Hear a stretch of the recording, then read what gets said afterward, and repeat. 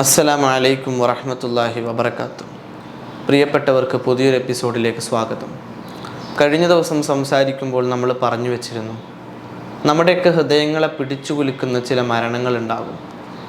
രക്തബന്ധത്തിൽ നമ്മളോട് ചേർന്ന് നിൽക്കുന്നവരല്ലെങ്കിലും ജീവിതയാത്രയിൽ നമ്മുടെ പ്രശ്നങ്ങളിലും പ്രയാസങ്ങളിലും നമ്മളോടൊപ്പം നിന്ന ഒരു കൂടപ്പിറപ്പിനെ പോലെ നമ്മെ പരിഗണിച്ച നമ്മുടെ പ്രിയപ്പെട്ടവർ ഒരു പെട്ടെന്ന് നമ്മൾ പോലും പ്രതീക്ഷിക്കാത്ത ഒരു സമയത്ത് അവരുടെ വിയോഗ വാർത്ത നമ്മിലേക്ക് എത്തുമ്പോൾ നമ്മളൊന്ന് തളർന്നു പോകും. ഈ സമയത്തും നമ്മൾ അതിനെക്കുറിച്ച് ആലോചിക്കുമ്പോൾ നമുക്ക് വേദന നൽകുന്ന ഒരു നെടുവീർപ്പിൽ അവസാനിപ്പിക്കാൻ കഴിയുന്ന ചില മരണ വാർത്തകൾ നമുക്കുണ്ടാവാറുണ്ട്. എന്നാൽ മറ്റ് ചില സംഭവങ്ങൾ നമ്മുടെ ഓർമ്മയിലേക്ക് വരാറില്ലേ?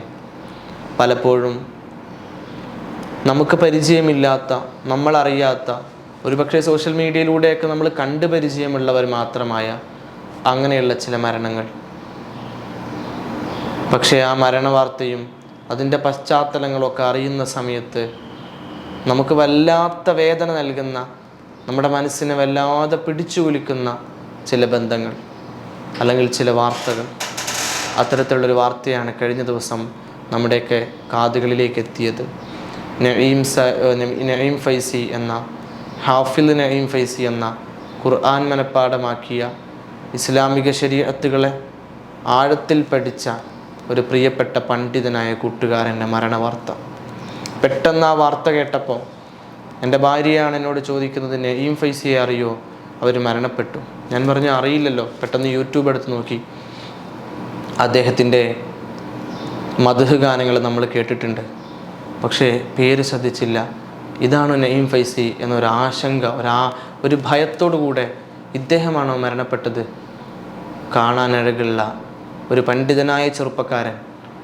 വല്ലാത്ത വേദന തോന്നിപ്പോയി. പെട്ടെന്ന് എനിക്ക് ഓർമ്മ വന്നത് പ്രിയപ്പെട്ട രണ്ട് സുഹൃത്തുക്കളുടെ മരണവാർത്തയാണ്. ഒന്ന്, ഏകദേശം 2 വർഷം മുൻപ് മരണപ്പെട്ട പ്രിയപ്പെട്ട ഷാക്കിർ സുഹരിയുടെ മരണവാർത്ത. പ്രവാചക അനുരാഗികളുടെ ഹൃദയത്തിൽ മുത്തുനബിയുടെ മദീനയിലേക്ക് അവരുടെ മനസ്സിനെ ഇങ്ങനെ ചേർത്ത് വെച്ച മദ്ഹുകൾ ആലപിച്ച പ്രിയപ്പെട്ട ഷാക്കിർ സുഹരി മരണപ്പെട്ടു. പെട്ടെന്ന് ഒരു വൈകുന്നേരം ബൈക്കിലിങ്ങനെ വീട്ടിലേക്ക് പോകുന്ന സമയത്താണ് ഈ വാർത്ത അറിയുന്നത്. കാലിനടിയിൽ നിന്നൊരു തരിപ്പ് കയറിയതുപോലെ വല്ലാത്തൊരു ബേജാറ്. ഷാക്കിർ സുഹരിയോ എന്നൊരു ചോദ്യമായിരുന്നു ഉള്ളിലുണ്ടായിരുന്നത്. ആ ചോദ്യത്തിന് പ്രസക്തിയില്ല. ഷാക്കിർ സുഹരിക്കും മരണമുണ്ട്. ഈ വിനീതനായ ഞാനും നിങ്ങളും നമ്മളെല്ലാവരും മരിക്കേണ്ടതാണ്. ചെറിയൊരു ആക്സിഡൻ്റ് ആയിരുന്നു അത്രേ ഷാക്കിറിന് സംഭവിച്ചത്. കൂടെ ഉണ്ടായിരുന്ന ഭാര്യയ്ക്കും ചെറിയ മകൾക്ക് പോലും ഒന്നും പറ്റിയില്ല. പക്ഷേ ഷാക്കിർ ഈ ലോകത്ത് നിന്ന് വിട പറഞ്ഞു പോയി. അള്ളാഹു കൂട്ടുകാരൻ്റെ ഖബർ സന്തോഷത്തിലാക്കി കൊടുക്കട്ടെ. അതുപോലെ വേദനിപ്പിച്ച മറ്റൊരു വാർത്തയായിരുന്നു ഹാഫിദ് ഷാമിൽ സഖാഫി എന്ന പ്രിയപ്പെട്ട കൂട്ടുകാരൻ. യൂട്യൂബിൽ നമ്മളൊക്കെ ഇങ്ങനെ വീഡിയോ ചെയ്യുമ്പോൾ ഇതുപോലെ മറ്റൊരു ഫീൽഡിൽ, മീഡിയ ഫീൽഡിൽ പ്രവർത്തിച്ചിരുന്ന പ്രിയപ്പെട്ടവരനെ ഇതുപോലെ ഒരു മീറ്റപ്പിലാണ് ഷാമിലിന് ഞങ്ങൾ പരിചയപ്പെട്ടത്. ഒരു തവണ മാത്രം നേരിൽ കണ്ട ഷാമിൽ പിന്നീട് വാട്സപ്പിലൂടെയും മറ്റുമായി വലിയ ബന്ധം കാത്തു സൂക്ഷിക്കുന്ന ഒരാളായിരുന്നു. മരണശേഷം ഷാമിലിൻ്റെ ഒരു കൂട്ടുകാരനെ കണ്ടപ്പോൾ ഞാൻ ഈ അനുഭവം പറഞ്ഞു. നമ്മൾ ഒരു തവണ നേരിൽ കണ്ടിട്ടുള്ളൂ, പക്ഷെ വല്ലാത്തൊരു ബന്ധമായിരുന്നു പരസ്പരം എന്ന് പറഞ്ഞ സമയത്ത് അദ്ദേഹവും പറഞ്ഞു, എല്ലാവർക്കും ഇതാണ് പറയാനുള്ളത്. ഒരു തവണ പരിചയപ്പെട്ട ആളെ ഷാമിൽ പിന്നെ വെറുതെ വിടില്ല.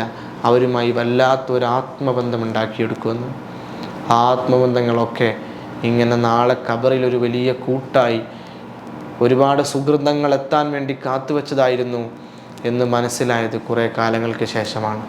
അത് രാവിലെ സുബഹിക്ക് മദ്രസയിലേക്ക് ബൈക്കിൽ പോകുന്ന ഷാമിലിനെ എതിർദിശയിൽ നിന്ന് വന്ന ഒരു കാർ ഇടിച്ച് തെറിപ്പിക്കുകയും പ്രിയപ്പെട്ടവൻ ഈ ലോകത്തോട് വിട പറയുകയും ചെയ്തു.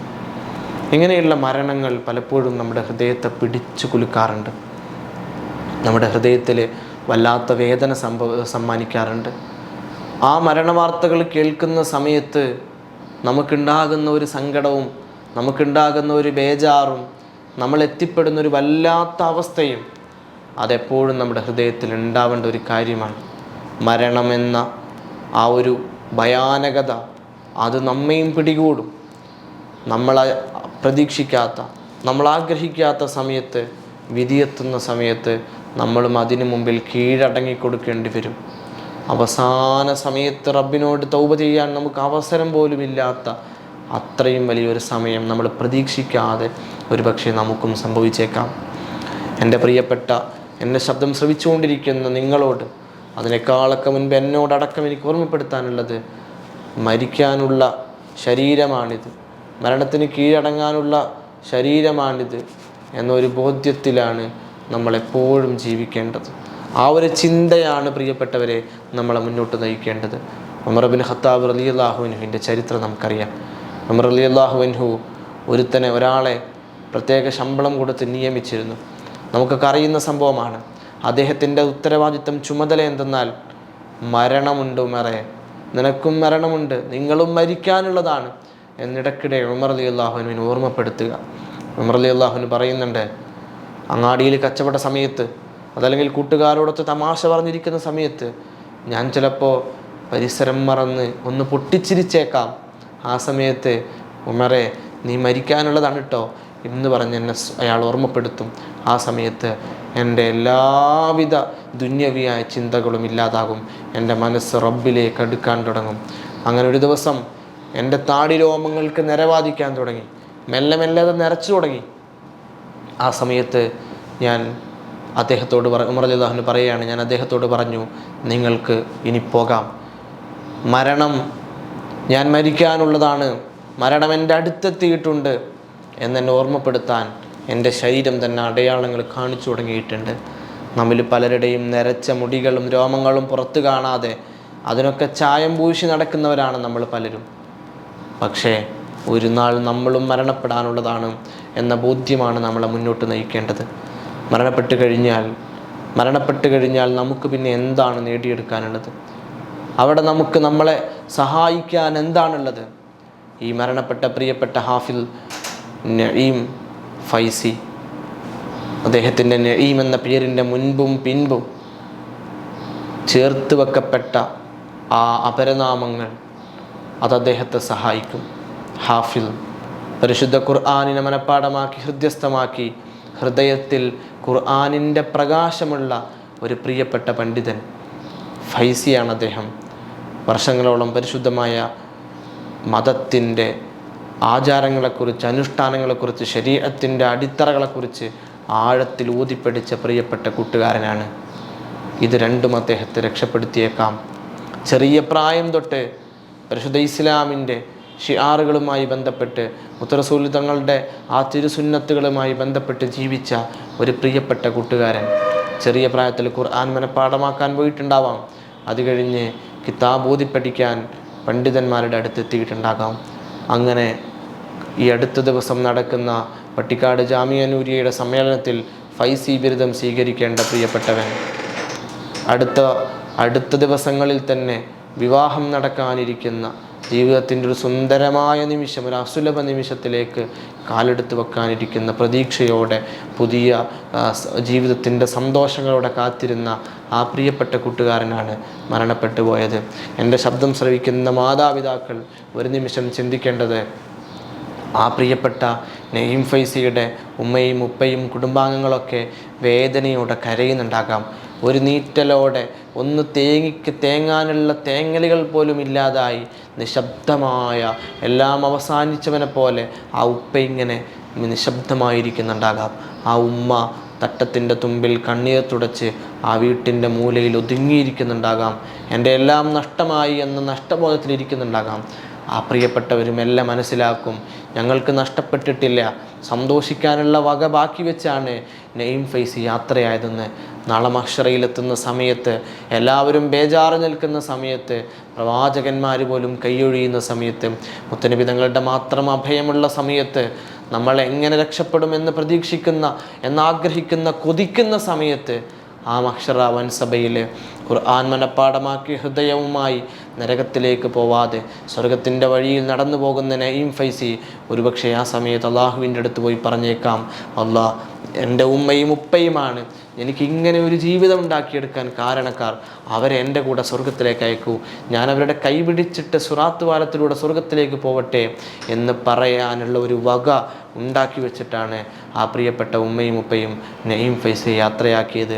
നമ്മുടെ മക്കൾക്ക് ദുനിയാവിൽ അയൽവാസിയായ മകൻ ഏതെങ്കിലും ഒരു ഷോപ്പിൽ അക്കൗണ്ടൻ്റായി ജോലി ചെയ്യുന്നുണ്ടാകാം, അല്ലെങ്കിൽ അയൽവാസിയായ മകൾ +2 കഴിഞ്ഞ് ഡിഗ്രി കഴിഞ്ഞ് കൂടുതൽ പഠനത്തിനോ ജോലിക്കോ പോകാതെ വീട്ടിൽ കഴിയുന്നുണ്ടാകാം. ആ സമയത്ത് അവരെക്കാളൊക്കെ ഉന്നതി, അവരെക്കാളൊക്കെ ഒരു എക്സ്ട്രാ ക്വാളിറ്റി നിങ്ങളുടെ മക്കൾക്ക് നിങ്ങൾ ഭൗതികമായി കൊടുത്തിട്ടുണ്ടാകും. നിങ്ങളുടെ മകൾ എഞ്ചിനീയർ ആയിരിക്കും, നിങ്ങളുടെ മക്കൾ ഡോക്ടറായിരിക്കും, അല്ലെങ്കിൽ മറ്റെന്തെങ്കിലുമൊക്കെ ഉന്നതികൾ നേടിയെടുത്ത വലിയ കമ്പനികളുടെ ഡയറക്ടർമാരിൽപ്പെട്ട ആളുകളായിരിക്കും. അവർ കാനഡയിലും യൂറോപ്യൻ കൺട്രീസിലൊക്കെ ജോലി ചെയ്യുന്നവരായിരിക്കും. ഭൗതികമായി നിങ്ങളുടെ മക്കൾക്ക് നിങ്ങൾ വലിയ ക്വാളിറ്റികൾ സമ്മാനിച്ചിട്ടുണ്ടാകും. ആത്മീയമായി മക്കൾക്ക് എന്ത് ബാക്കിയാക്കി, എന്ത് സമ്മാനിച്ചു, എന്ത് കൊടുത്തു എന്ന് ചിന്തിക്കേണ്ട ഒരു സമയമാണിത്. എൻ്റെ പ്രിയപ്പെട്ടവരോട്, മക്കളുടെ ഭൗതിക വിദ്യാഭ്യാസത്തിന് വേണ്ടി പ്രാധാന്യം കൊടുക്കുന്ന സമയത്ത് മതപരമായി അവരുടെ ചിട്ടകളെ, അവരുടെ പഠനങ്ങളെ നമ്മൾ തടസ്സം വെക്കാൻ പാടില്ല. മക്കൾക്ക് മതപരമായ അറിവ് നൽകുകയും, എൻ്റെ മകൻ ഒരു പണ്ഡിതനായി വളരട്ടെ, ഒരു ഇസ്ലാമിക പണ്ഡിതനായി വളരട്ടെ, അതോടൊപ്പം അവൻ ഭൗതിക വിദ്യാഭ്യാസങ്ങളും നുകരട്ടെ എന്നാഗ്രഹിക്കുന്ന, അതിനുവേണ്ടി പ്രയത്നിക്കുന്ന മാതാപിതാക്കളായി നമ്മൾ മാറേണ്ടതുണ്ട്. എൻ്റെ പ്രിയപ്പെട്ട രക്ഷിതാക്കളോട് അവസാനമായൊരു വാക്ക് പറയാനുള്ളത്, പേടിയോടെ നിങ്ങൾ ഓർത്തോ, നാളെ മഹ്ശറയിലെത്തുന്ന സമയത്ത് ഞാനിങ്ങനെയാവാൻ കാരണക്കാരൻ എൻ്റെ ഉമ്മയും ഉപ്പയുമാണ്, അവരെ സ്വർഗത്തിലേക്ക് അയച്ച് ഞാൻ നരകത്തിലേക്ക് പോവുകയോ അതിലെന്ത് നീതിയാണുള്ളതെന്നും റബ്ബിൻ്റെ മുമ്പിൽ നമുക്കെതിരെ സാക്ഷി പറയുന്ന മക്കൾ നമുക്കില്ലാതിരിക്കണമെങ്കിൽ എൻ്റെ പ്രിയപ്പെട്ടവരോട് ജാഗ്രതയോടുകൂടെ നമ്മൾ കൈകാര്യം ചെയ്യേണ്ടതുണ്ട്. അല്ലാഹു തആല നമ്മുടെ മക്കൾക്ക് മതം പഠിപ്പിക്കാനും അവരെ നല്ല രീതിയിൽ മുന്നോട്ട് നയിക്കാനും നമുക്ക് തൗഫീക്ക് നൽകി അനുഗ്രഹിക്കുമാറാവട്ടെ. നമ്മുടെ മക്കളെ സ്വാലിഹീങ്ങളാക്കട്ടെ. അസ്സലാമു അലൈക്കും വറഹ്മത്തുള്ളാഹി.